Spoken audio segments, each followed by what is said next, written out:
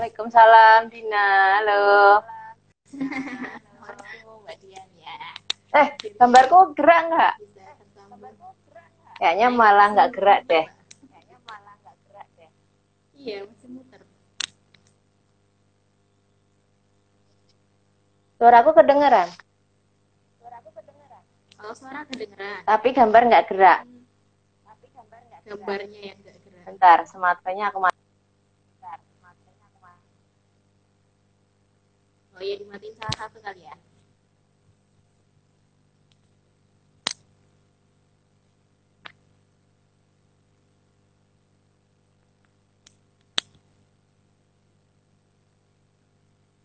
Nah, sudah gerak Mbak. Ini gerak. Oke. Udah. Berarti emang Telkomsel. Kita endorse Telkomsel.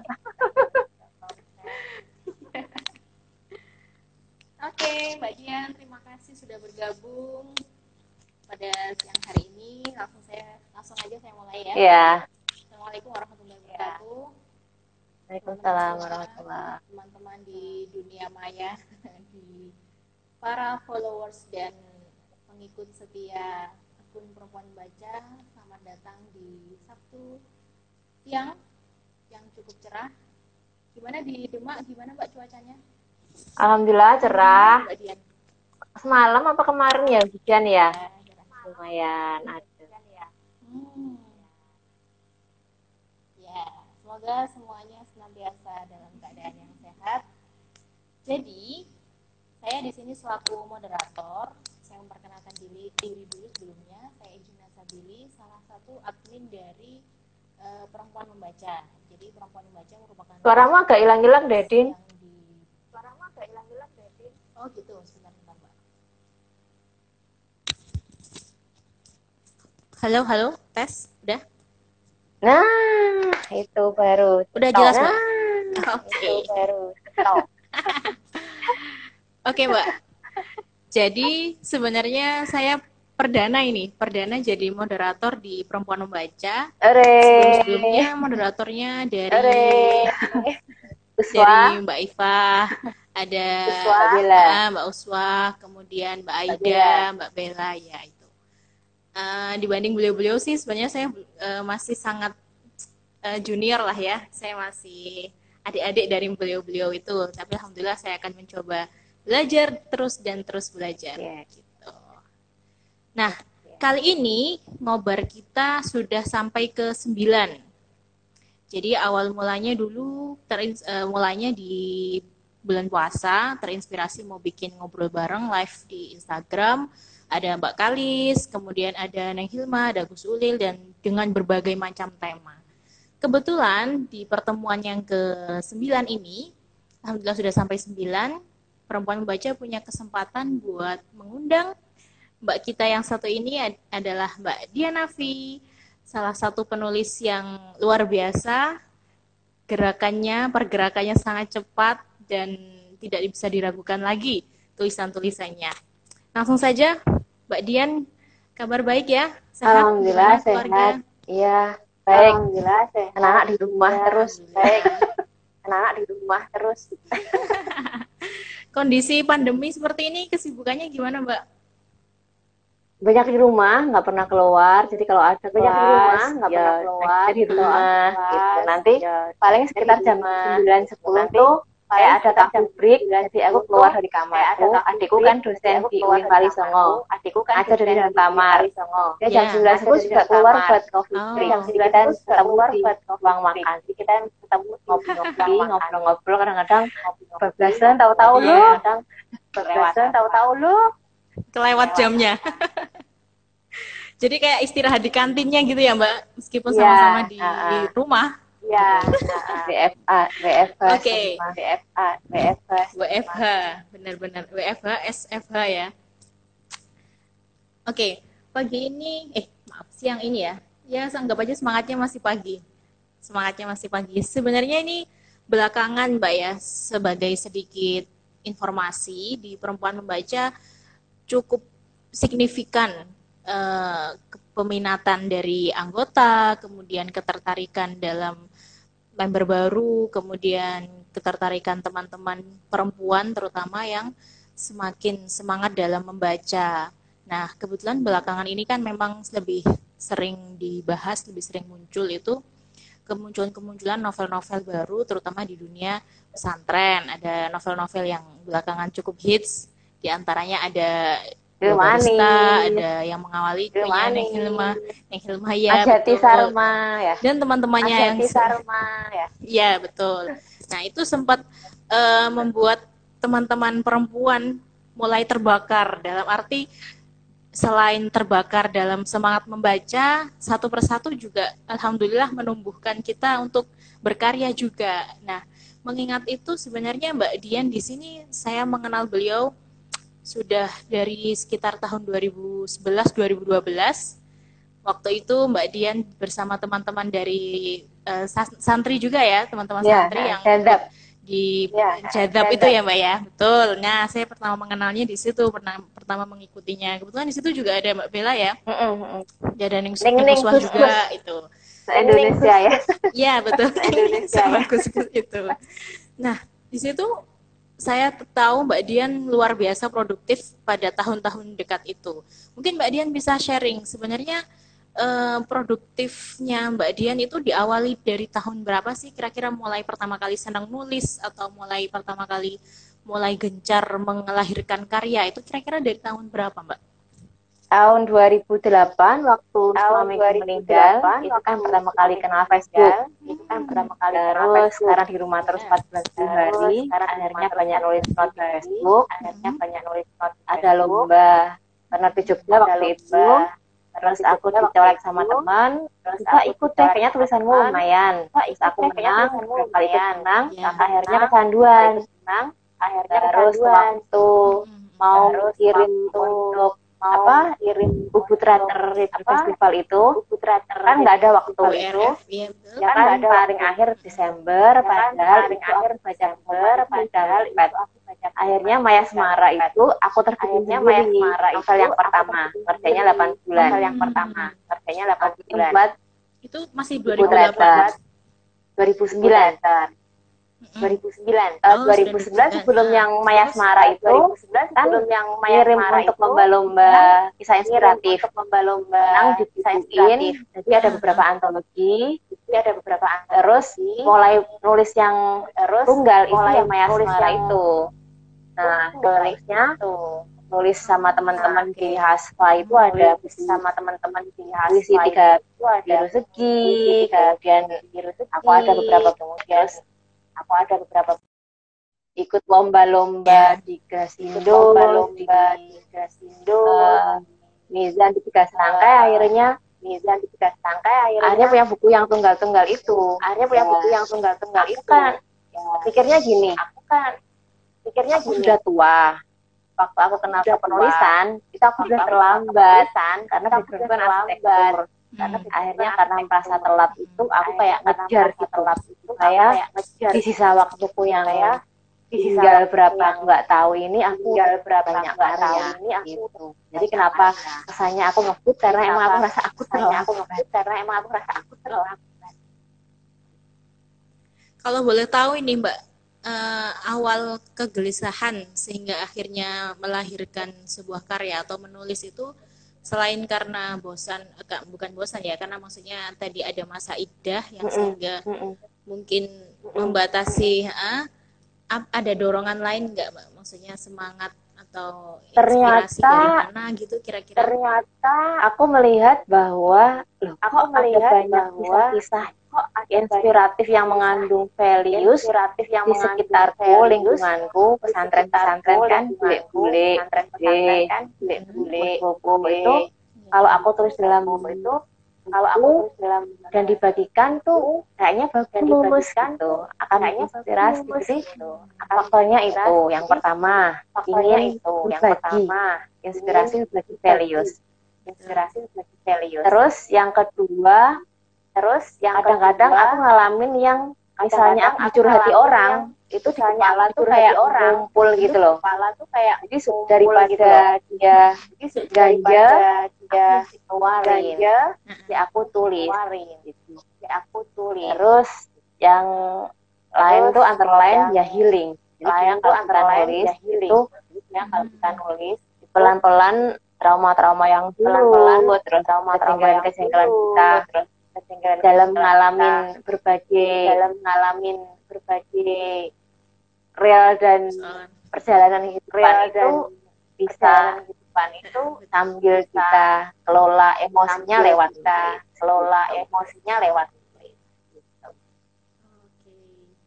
Itu Mbak Dian waktu ditinggal suami dengan putra-putri berapa, Mbak? 2. Waktu itu masih kelas masih 3 tahun sama 1,5 tahun. 3 tahun sama 1,5 tahun. Masya Allah. Ya udah lama banget. Luar biasa Mbak ya, kagetnya. Tapi luar biasa banget ini. Berarti salah satu contoh bahwa tidak ada yang tidak mungkin. Maksudnya dari satu kejadian yang kita alami itu bisa memberi banyak pelajaran ya Mbak ya. Iya, iya. Bisa memberi banyak insight, pandangan baru istilahnya seperti itu. Nah, terus selama Mbak Dian ini, karena tadi sudah banyak masukan untuk ide-ide itu sudah banyak banget. Terus gimana sih sebenarnya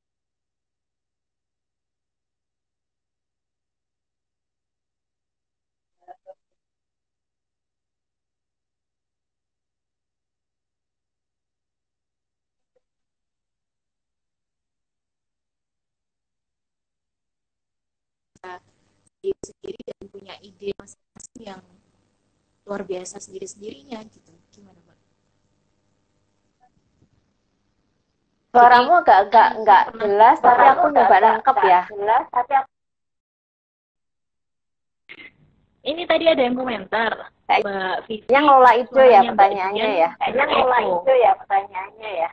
Ngolah ide. Nah, jadi kalau karena saya pernah tahu Mbak Dian itu dalam 1 tahun itu ada lebih dari 1 buku lahir kalau nggak salah ya. Bahkan iya, seringnya lebih dari 3. Gitu. Iya, seringnya rata-rata 3 buku. Nah, itu gimana Mbak? Wah, luar biasa. Gimana caranya biar nggak nyampur gitu? Nah, itu kan ada namanya NaNoWriMo. Berarti dia tiap bulan November, jelas yang November, terus habis itu tahun 2 kali November sama bulan apa ya, Juni apa itu dia ngadain kayak challenge. Jadi dalam 1 bulan 30 hari itu kita harus bisa nyelesain 1 novel. Nah, biasanya aku pancatannya tuh di situ. Itu NaNoWriMo gelar, aku ikutan dalam rangka aku men-challenge diriku sendiri untuk 1 bulan itu bikin 1 buku. Kalau pada akhirnya nanti dia enggak dari 1 buku, paling enggak aku udah punya celengan kan. Kebanyakan buku-buku yang akhirnya terbit itu biasanya aku udah pernah ngedoknya di NaNoWriMo. Terus plus lomba-lomba. Jadi penerbit kan rajin sekali ya bikin lomba ya. Jadi aku ikutan, terus nanti kalau yang menang kan pasti diterbitin.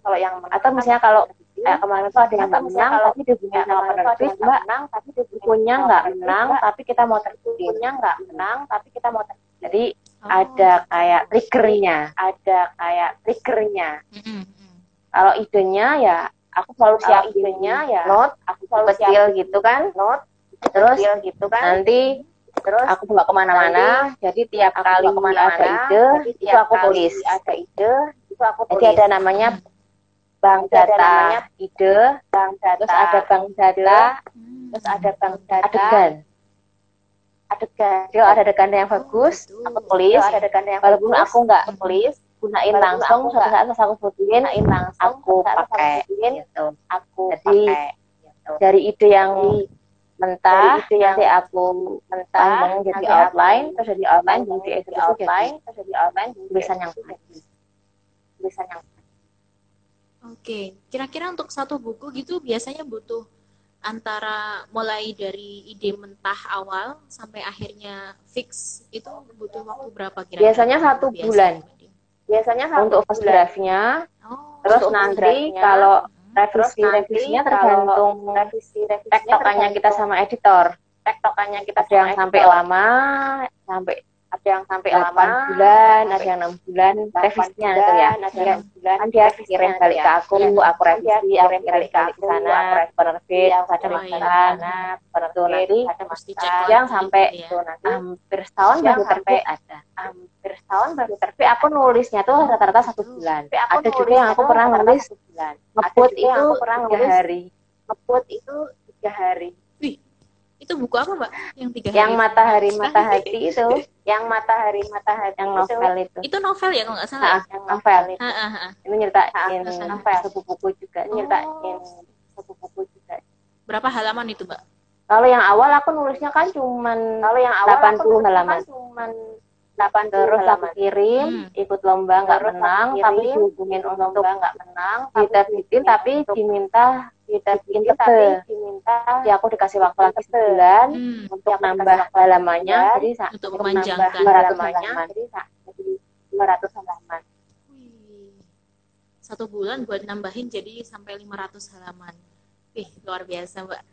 Kalau boleh tahu ini Mbak Dian, gimana sih pengelolaan waktunya? Kata anak muda itu yang sering-sering dijadiin workshop itu, bagaimana manajemen waktu gitu Mbak? Manajemen energi Mbak Dian sih. sendiri juga sudah manajemen energi sih. Oh, lebih ke manajemen energi. Bisa dibagi tipsnya. Manajemen energi, emosi. Jadi presentasi antara kita membaca inputnya, terus kita melakukan aktivitas selain di luar menulis, akhirnya kita berkegiatan yang lain, sama kita belajar tekniknya, dari webinar. Aku jadi dari webinar di luar negeri itu, terus baca-baca banyak referensi, plus brainstorming. Kalau kita ada coach atau guru itu bantu banget. Jadi kalau pas kita macet-macet, kita ngobrol, brainstorming, itu bisa dorong yang blok itu. Jadi perpaduan baca, nulis, terus belajar tekniknya, sama brainstorming. Kalau Mbak Dian sendiri ada pembagian waktunya secara pakem gitu nggak? Aku biasanya malam ya, pagi. Aku biasanya malam ya, bangun tahajud itu kan jam 2, jam 3, terus sambil nunggu subuh, itu biasanya lancar begitu. Tapi kalau itu untuk menulis. Terus siang juga kalau habis pagi ada berapa jam, terus nanti siang berapa jam, enggak selalu persis aku baginya sih, flowing aja, ikutin moodnya. Kadang kalau pas moodnya dapet, kalau pajar mood itu ya andinya aja. Iya, kadang itu kita terlalu banyak mencari alasan ya. Iya. Ngomongnya aja nggak punya waktu. Kita tuh terdistraksi sosmed yang aku kerasa. Iya benar. Aku kerasa nyekol Twitter gitu, tahu-tahu waktunya nonton YouTube gitu, tahu-tahu padahal di zaman segitu baru ada Facebook sama Twitter mungkin ya. Iya. Sampai Instagram. Emang mesti disiplin. Jadi kalau misalnya kita udah punya target, kita udah deadline sendiri, ya terpaksa puasa. Paling nggak punya target sekali duduk aku dapat berapa kata. Aku baru boleh main Twitter kalau aku udah nyelesain satu halaman misalnya. Berapa halaman? Iya benar. Kalau di masa pandemi nih Mbak, kan banyak orang bilang kalau ya memang di rumah aja, tapi pada kenyataannya malah membuat kita stuck, malah bikin stres, nggak ada inspirasi ide atau gimana sih caranya biar kita tetap bisa berkarya, bisa terus menulis. Baca sih sebenarnya kalau kita membaca buku yang bagus, itu otomatis mesin bahasa yang di otak ini kan kayak dioli ini ya, nggak dipancing gitu, hanya nanti kita kayak punya sumber, punya mata air, baca. Jadi kalau yang dia kecenderungannya nonton, mungkin bisa nonton film. buat bahan. Baca sama nonton. Oke ya, Kak. Untuk solusi yang kondisi di rumah aja seperti ini. Oh ya Mbak Dian, maaf ini ada info dari Mbak Vivi, katanya suara Mbak Dian di sana bereko. Berarti Mungkin aku agak ini gitu kecilin. ya. Berarti aku kecilin. Mungkin agak dikecilin sedikit aja. Gini. Sepertinya sudah mulai agak kecil. Gimana Mbak Vivi? Halo Mbak. Yang Vivi ini anggota baru. Masih. Kayaknya masih eko ya. Iya. Kenapa ya?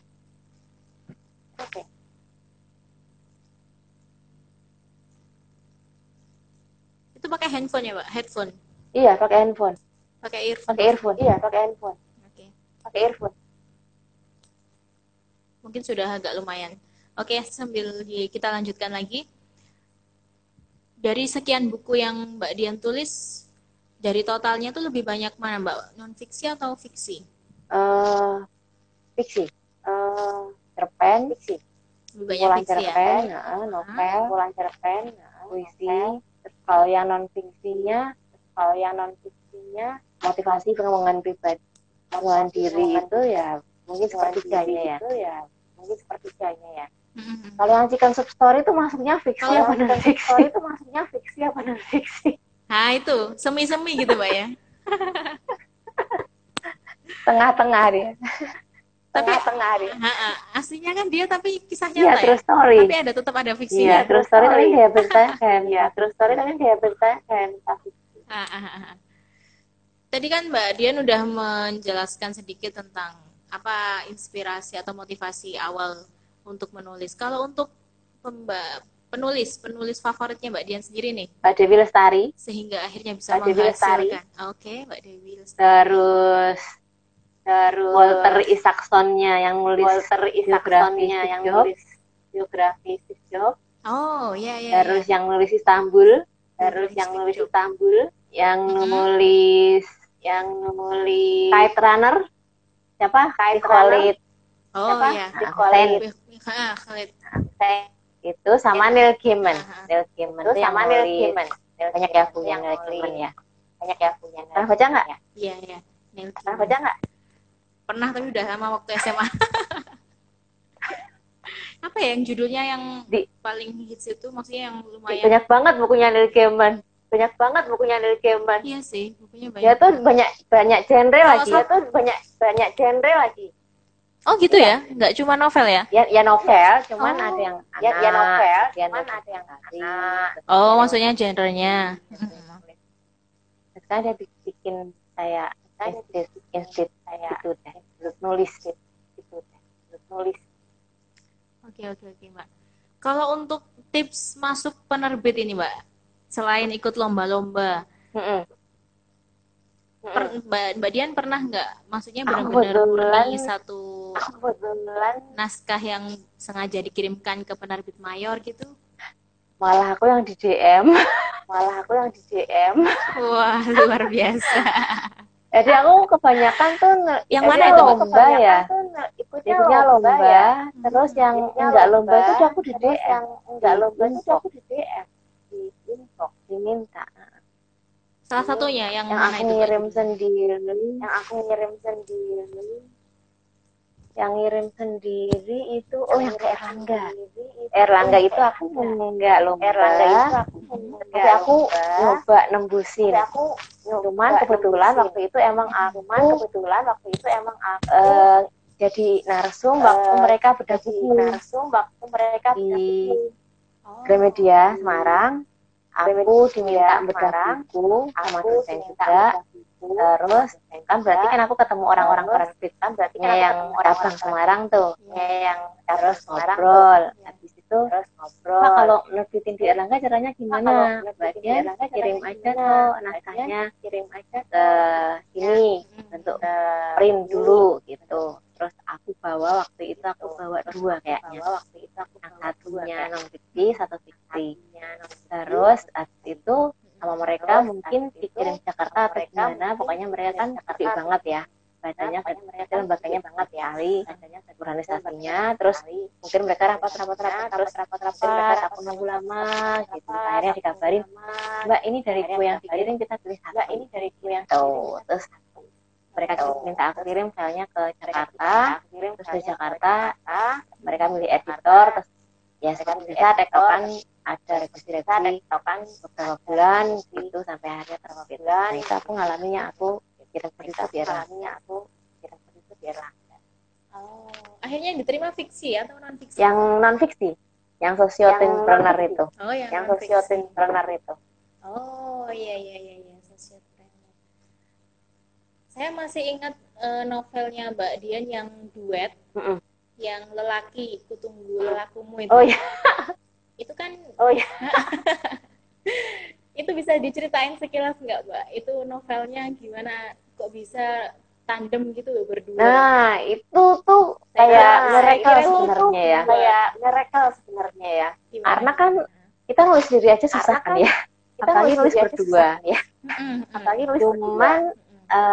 Cuman vibrasinya mungkin dapat. Aku sama Mbak Endang tuh kayaknya punya waktu itu ya punya kecenderungan untuk nulis yang model berbunga-bunga puisi gitu. Terus akhirnya ngobrol sama Mbak Endang, ayo Mbak nulis bareng, caranya gimana nih biar jadi tapi nggak repot, terus akhirnya dibagi, aku nulis bagian berapa sampai berapa, terus Mbak Endangnya nulis berapa sampai berapa gitu. Udah kita rancang outline-nya, jalan-jalan seperti ini, terus kita pisah bagi, habis jadi dikumpul, terus diolah supaya nyambung antar babnya. Itu pergantian, maksudnya bergantian? Enggak. Bab ganjil, bab genap gitu enggak ya? Enggak. Gimana membaginya gimana, Mbak? Full 1 sampai berapa gitu loh, separuh pokoknya, endangnya harus jalan.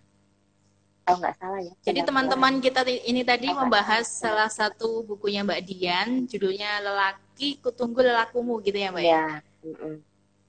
Ya. Menurut saya itu novel buku Mbak Dian yang paling menarik karena ternyata ditulis oleh 2 orang secara bergantian. Jadi kalau nggak salah tahun 2013 saya bacanya. Nggak tahu terbitnya tahun berapa Mbak? Ya, betul 2012. Ya, 2011. Ya, tahun segitu ya. 2011. Nah, 2012 saya bacanya 2012 kalau nggak 2013. Itu baca novel itu, novelnya tipis, nggak terlalu tebal ya Mbak ya. Tapi cukup menarik karena selain buku-bukunya Mbak Dian yang lain mungkin ada banyak kumpulan cerpen, ada juga novel, tapi ini novel berdua. Yang saya tanyakan dulu itu, wah kok bisa berdua ini? Ternyata bergantian. Dan itu ide awalnya dari siapa Mbak? Dari Mbak Dian atau dari Mbak Endang? Aku kayaknya lupa. Waktu itu aku kayaknya emang ngajak orang-orang. Jadi sebenarnya kemarin itu aku kayaknya emang ngajak orang-orang. Aku sama Mbak Endang sama aku sama Nesa. Pernah aku nyoba pengen bikin novel yang bareng-bareng beramai-ramai gitu, 7 orang kan. Terus udah kita gabung di grup WA. Obrolin, milih tema apa nih gitu. Terus akhirnya ya gitu deh ngobrol-ngobrol doang, kayaknya nggak jadi. Kayaknya kita mesti bikin deh perempuan pembaca kan berlima ya. Oh iya. Banyak Mbak sekarang. Kalau sekarang lihat membernya sudah 20-30 kalau nulis bareng-bareng satu novel ya pokean. 7 orang, 6 orang tuh masih masuk akal. Aku udah pernah baca omnibook ya yang punyanya plot omnibook ya yang itu bagus ya. Jadi 7 orang nulis bareng, udah dikompakin temanya, alurnya, terus orang-orang nulis kayak nyambung. Kalau nggak salah nyambung. Terus nikah apa? Iya. Karena perempuan membaca juga ada wacana, cuman baru kumpulan cerpen gitu kemarin Mbak Iva itu ngajaknya. Jadi kita di Perempuan Membaca nggak cuma baca dan menulis resensi, tapi juga belajar membuat cerpen. Cuman belum tahu lagi kelanjutannya bakal seperti apa. Oke, saya mulai membaca pertanyaan-pertanyaan dari teman-teman ya Mbak Dian. Iya. Sambil melanjutkan diskusi kita yang semakin menarik tentang produktivitas, topik-topik apa saja, kemudian tentang penerbit, bagaimana cara menembus penerbit mayor. Pertanyaan pertama dari Mbak Sarifah. Biasanya kan kalau orang lain berkomentar, itu ada kalanya komentar yang membangun, ada kalanya komentar yang menjatuhkan. Menurut Mbak Dian, bagaimana menyikapi?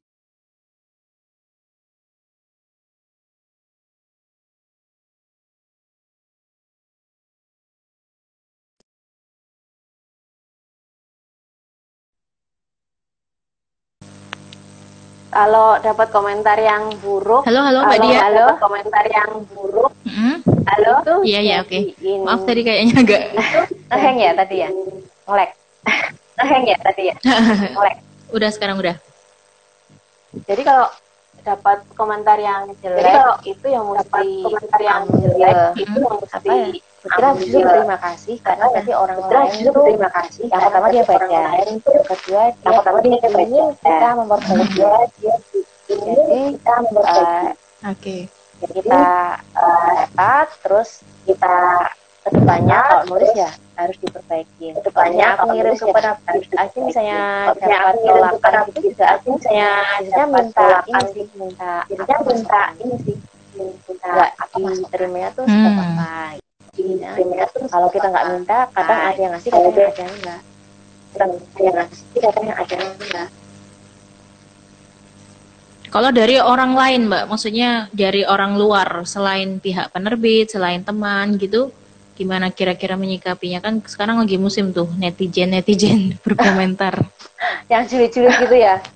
Yang julid-julid gitu ya? Yang julid-julid. Kalau mereka ternyata emang kritiknya konstruktif, membangun, kritiknya konstruktif, membangun, kita tetap harus berterima kasih ya. Kita tetap harus berterima kasih dan mengambil sisi berterima kasih dan mengambil sisi perbaiki apa yang bisa kita kerjakan, perbaiki diri kita kerjakan kebijakan itu. Oke. Jadi itu bukan penghalang, Mbak ya, malah justru bisa membangun kita dalam maju berproduksi. Oke. Kemudian setiap masalah selalu ada hikmahnya. Untuk cepat menyadari mengambil hikmah di setiap masalah.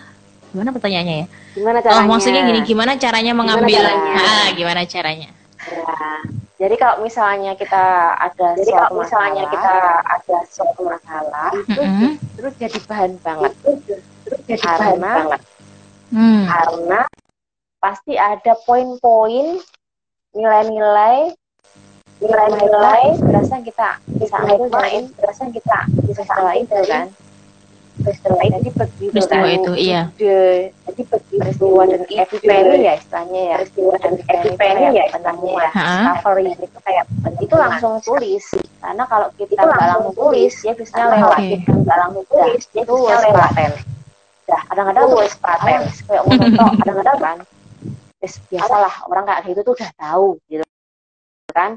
Kita nggak catet, kita ngeramehin, wes lewat pas selisih berapa menit aja kita tuh nggak pikiran, selisih berapa menit aja juga ya pikiran. Kok lumayan idenya itu kalau bisa kita kembangin. Tapi pas kita mau itu kalau bisa kita kembangin balik idenya kita nggak datang. Panggil balik idenya dia nggak datang. Tidak apapun itu mesti ditulis. Tidak apapun itu mesti ditulis. Nanti setelahnya tuh kita tinggal perjalanan. Setelahnya tinggal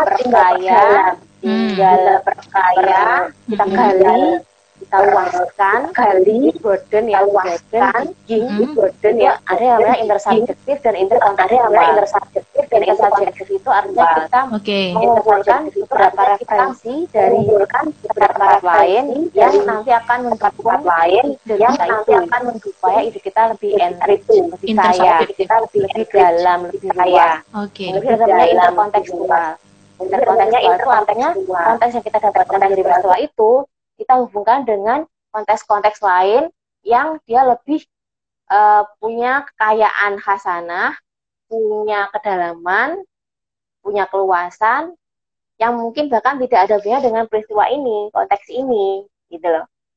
Jadi kayak aku nulis How to Reset Your Life, itu kan berangkatnya dari aku pernah berantakan, terus aku menata hidupku lagi. Aku dapat cerita-cerita dari teman-teman curhatan tentang bagaimana mereka berantakan dan berantakan lagi. Itu jadi satu konteks lagi, konteks cerita, pengalaman kan. Tapi untuk dia menjadi sebuah tulisan yang dalam luas dan kaya, aku memakai 4 approach. Approach dari arsitektur, approach dari tasawuf, approach psikologi, kemudian satu lagi approach pendidikan. Jadi dari yang konteks tadi itu, pengalaman, ditambah 4 approach ini menjadikan ini tadi intersubjektif, interkontekstual, tulisan itu menjadi lebih dalam, lebih luas, dan lebih kaya. Gitu.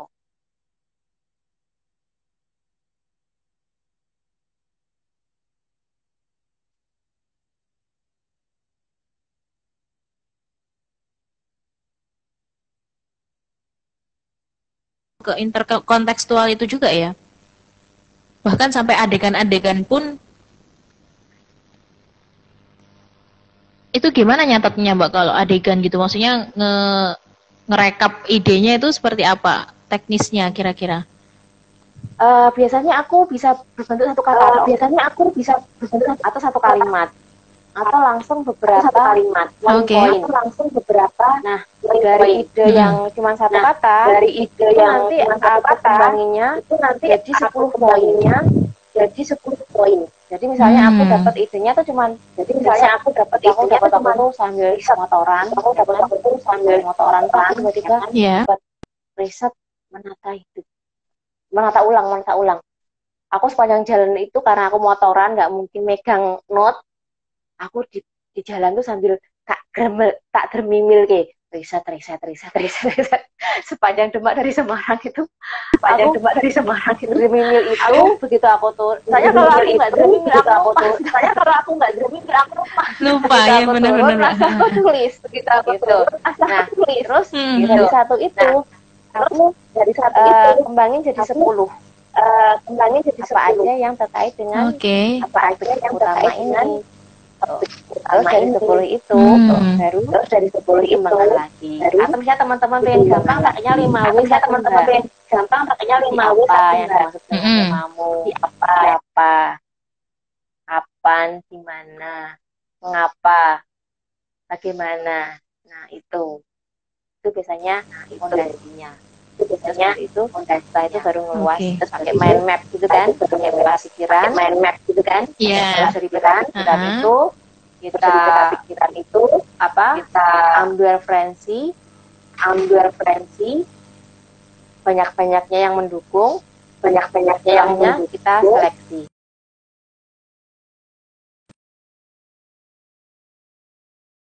Mana-mana yang relevan kita ambil supaya dia fokus, clear, concise, sehingga buku ini sebenarnya nggak harus tebal. Yang penting dia ada apa tujuan, message utamanya itu yang mau disampaikan pembaca itu apa. Terus PL-nya adalah bagaimana how to deliver the message. Gimana kita menyampaikan pesan itu supaya sampai ke pembaca. Kemudian ya itu tadi, supaya dia lebih kaya, lebih dalam, lebih luasnya itu kita mesti dukung dalam lebih luasnya itu hal-hal yang dengan misalnya storytelling itu isinya tentang konsep misalnya, yaitu ada kisah-kisah yang memberikan ilustrasi bagaimana konsep itu dalam prakteknya. Gitu. Kalau nulis novel itu juga aku biasanya juga 10 poin aja. Jadi misalnya kayak aku ketemu kepala sekolah waktu ngisi kelas inspirasi, terus kita ada brief ngobrol di kantor sekolahnya. Dia selama 1 jam tuh menceritakan pengalamannya dari awal dia masuk sekolah itu, dia mengatasi dan menghandle masalah sampai akhirnya itu jadi masalah sampai akhir prestasi. begitu keluar dari kantor kepala sekolah, aku langsung ambil pulpen, aku langsung poin-poinnya aku langsung catat. Poin-poinnya dia tuh sepanjang masuk sampai akhirnya bertahun-tahun dia sampai akhirnya sekolah itu sukses tuh dia ngelewatin itu 10 dia ngelewatin apa aja penting apa aja. Dari 10 peristiwa penting itu di rumah, 10 peristiwa penting itu di rumah terus imajinasi. Oke. Wah, luar biasa Mbak ya. Mumpung lagi bahas ini nih, deliver a message. Mungkin kalau misalkan non fiksi agak gampang ya, caranya, maksudnya kenyataannya, prosesnya itu kan lebih gampang memasukkan pesan apa yang ingin kita sampaikan. Beda cerita ketika novel tadi Mbak, novel atau cerpen, intinya fiksi lah ya. Belakangan ini kita sempat sering bahas buku-buku yang keluar sebagai figur dari sastra pesantren, yang mana isinya itu rata-rata memang mengandung value, mengandung message dari kehidupan pesantren. Nah, saya melihat meskipun Mbak Dian Nafi memang berbackground dari pesantren, tapi saya amati sedikit banyak bukunya tidak melulu memiliki background pesantren, betul Mbak? Iya. Tidak melulu semuanya. Sekolahku arsitektur ya. Karena faktor itu aku hybrid. Mungkin karena faktor itu di antara pesantrennya dia mempertahankan dia mempertahankan terus sama dunia arsitektur dia modern, terus sama dunia arsitektur dia modern. Pesantren pun yang aku lihat di pesantren itu yang aku lihat fiksi itu antara yang lama antara yang lama hal-hal yang modern cenderung aku ceritain cenderung pesantren yang kayak pesantren itu yang fiksi antara kalau Mbak Dian sendiri, teknik apa yang digunakan untuk memasukkan message tadi biasanya kalau di novel? Apakah di dialog atau di karakter tokoh atau gimana kalau Mbak Dian lebih seringnya? Ya di semua ya. Kalau di novel terutama. Di semua ya, semua komponen ya. Dialognya juga, dialognya juga, di plotnya, di ceritanya secara keseluruhan,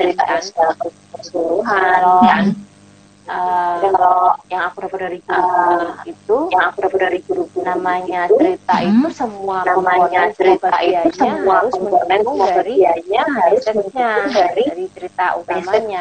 Misalnya ada plot dan subplot, semuanya itu mendukung dari temanya. Oke. Jadi intinya semuanya harus mendukung ya Mbak, semua unsur di dalam novel itu harus sama-sama mengandung. Emang PR banget sih. Oke, kita lanjut pertanyaan berikutnya dari teman-teman. Mas Wahyu, Mbak Dian, novel apa yang paling spesial di hati dan nulisnya deep banget? Ayah laki itu mengkhianatiku. Lelaki itu mengkhianatiku. Ayah laki itu mengkhianatiku. Ayah laki itu mengkhianatiku. Itu tahun berapa itu Mbak? 2013. Keluarnya? 2013. Oh, 2013. Ya. Itu prosesnya panjang ya? Nulisnya cepat juga, lumayan paling 1 bulan. Terus cuman dari yang membuat dia deep. Cuman dari beberapa teman-teman yang kirim testimoni itu katanya mereka baper nangis karena sebenarnya aku dapat emosinya ya Mbak ya. Sebenarnya aku dari ini story. Oh, oke. Jadi kalau kita mau dapat feel emosinya tuh gampang banget dari story. Oke, selanjutnya dari Mbak Dian Asma. Menurut Mbak Dian lebih baik mana antara penerbit mayor atau indie? Karena saat ini sastra pesantren banyak yang memakai penerbit indie. Sama bagusnya sih. Kalau penerbit mayor itu keuntungannya kan kita nggak modal. Kalau penerbit indie itu kita harus energi, pikirannya juga mesti marketing, diskusi. Iya, tapi emang nambah entrepreneurship-nya kalau kita entrepreneurship-nya inti itu. Jadi sama-sama bagusnya. Yang penting sama-sama bagusnya. Sembari nulis, sembari meninggalkan tulisan dimanapun diterbitkan nggak masalah. Kalau dari pengalaman Mbak Dian sendiri, dari buku-buku Mbak Dian itu kira-kira lebih banyak terbaca atau terjual dari mayor atau indie, Mbak? Ya kalau atau sama aja? Mayor ya. Soalnya kan kalau mayor ya, jelas mayor ya. Ini paling berapa? Aku cetak cuman berapa? 1.000, 2.000. Kalau yang di mayor kan dia sampai 3.000. Yang di mayor kan dia sampai 3.000. Sampai kan ke toko-toko. Waktu kan ke COVID ya. Sekarang udah COVID ya. Iya. Agak berkurang. Kalau terakhir, maksudnya akhir-akhir ini Mbak Dian lebih konsentrasi nulis apa Mbak kira-kira? Yang kemarin waktu COVID dan untuk awal aku nulis tentang novel awal itu aku nulis, tapi belum jadi. Terus yang ini aku nulis tentang novel mental health, tentang novel mental health. Ini masih proses, aku baru dapat sekitar 6.000 kata. Novel tapi rencananya ya, Mbak? Novel, udah dapat gambaran besarnya, udah dapat gambarnya, udah aku bagi-bagi tuh babnya tuh, babnya aja lompat-lompat aja, enggak. Bacanya lompat-lompat aja, enggak urut gitu, enggak. Padahal itu urut ya, maksudnya novel itu kan serangkaian gitu, tapi karena sudah terbagi idenya, outline-nya, akhirnya Mbak. Udah dibagi. Aku lebih suka. Jadi itu salah satu tips juga mungkin teman-teman. Tipsnya tuh harus urut. Kalau urut tuh kadang-kadang kita nggak jalan kan. Benar-benar. Bosen ya Mbak ya. Terus pasti kita ngapain? Terus kepikiran ngapain? Kan ada namanya theater of mind ya. Nah, ini ketemunya settingnya di sini, adegannya gini nih, settingnya di sini. Tapi itu ada di bab yang belakang tuh. Udah kita beres dulu ngerjain. Jadi pas nemu, tapi kayaknya kita bisa taruh di bab 3. Kita tinggal nyambung. Iya. Terus cepat. Ya, ini salah satu teknik baru teman-teman. boleh diterapkan. Lumayan. Iya, bocoran. Ada pertanyaan dari Mbak Vivi, lebih mudah mana, menulis fiksi atau non-fiksi bagi Mbak Dian? Non-fiksi, enaknya itu kan kita nggak terlalu banyak imajinasi. Tinggal kontemplasi, terus banyak refleksi, gimana kita punya pandangnya kebaruan terhadap sesuatu gitu kan. Tapi cenderung lebih nggak kita nulis novel. Kalau novel itu kita melibatkan emosi. Kadang-kadang aku pernah yang sampai vertigo, rasanya mau mati. Itu novel Mbak ya? Yang 2013 iya. Itu karena aku dapat teror waktu itu kan. Nah, yang ini aku nulis dari penerbit mayor. Yang ini aku nulis tambahan-tambahan. Nanti aku jaga jarak supaya aku nggak terlalu jaga jarak. Supaya aku nggak ceritain yang jadi tokohnya kena akhirnya dia sakit mental dan segala macam. Itu karena kalau aku terlalu masuk, karena aku pernah ngalamin ya, jadi aku berusaha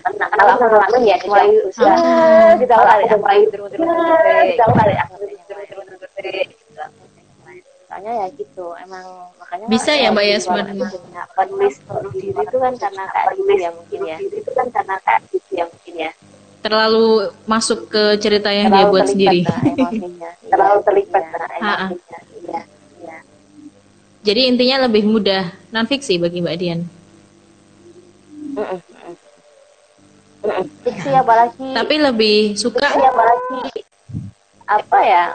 Kan standarnya tinggi banget ya. kan standarnya tinggi banget kita nontonnya Mbak. Inggris tarik kita nontonnya Mbak.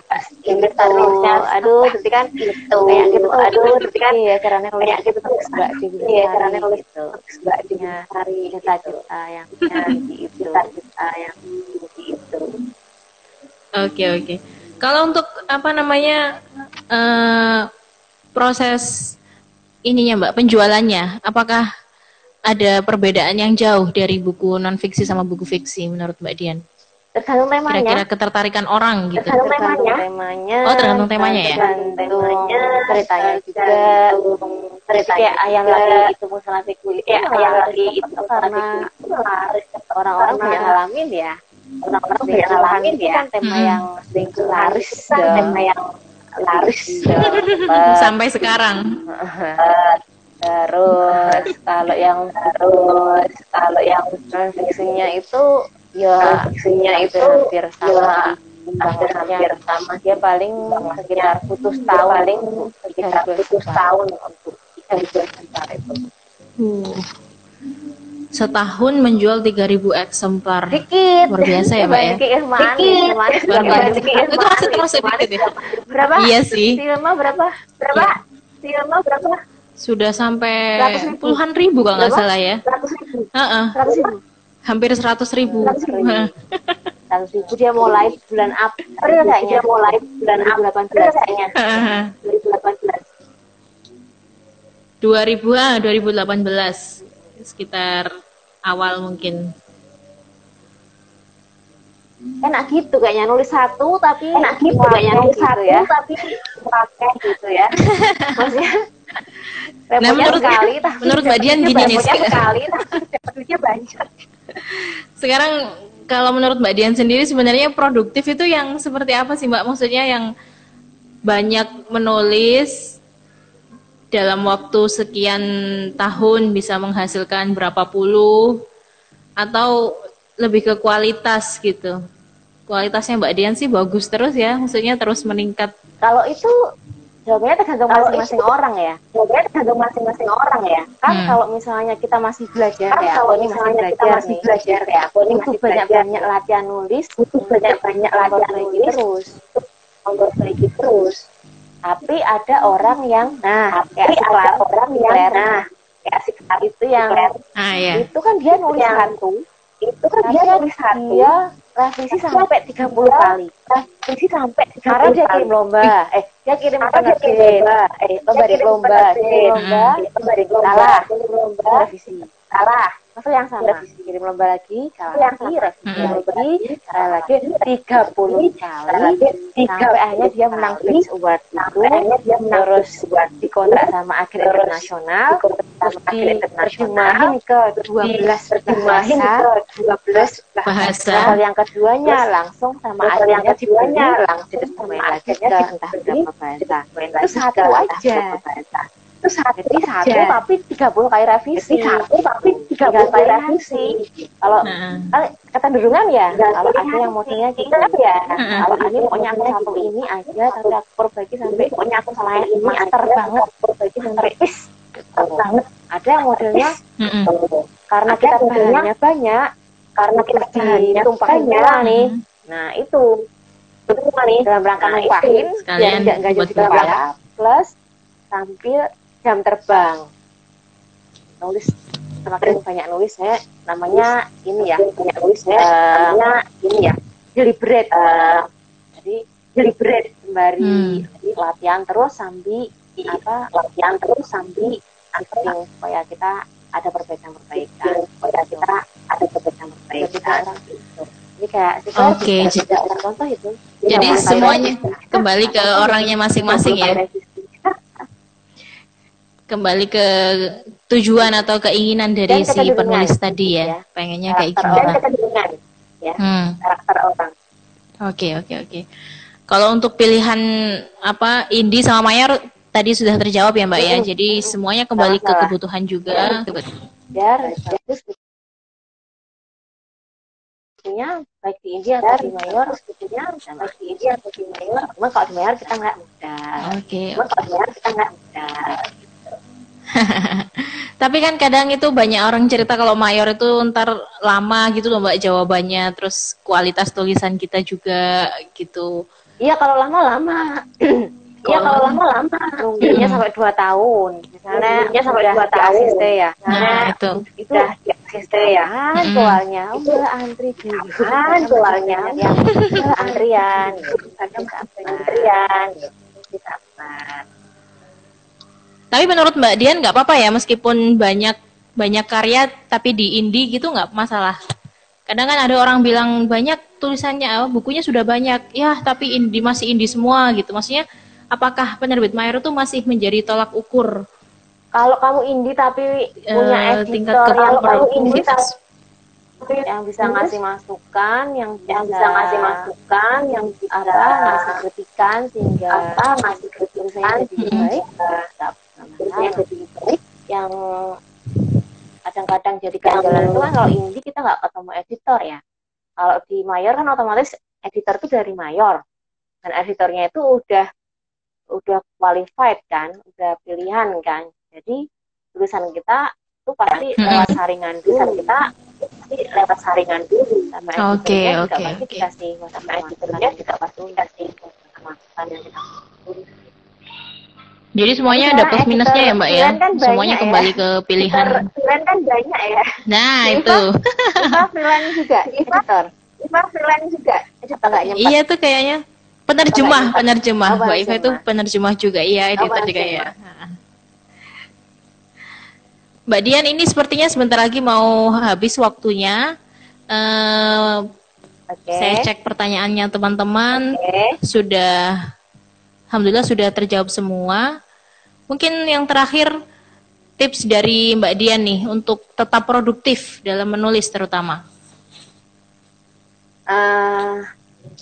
Tips dalam menulis. PR biar aja bisa ya? Produktif kayak Mbak Dian gitu. PR aja ya? PR. Wah ini kena PR buku. Tipsnya produktif. Kalau aku ya, PR itu writing style ya. PR itu writing style. Nulis tuh aku udah nyobain. Banyak tema. Tapi writing style, gaya penulisan, itu yang PR banget. Itu yang PR banget. Aku ngerasain maju ya gitu. Pengen banget model yang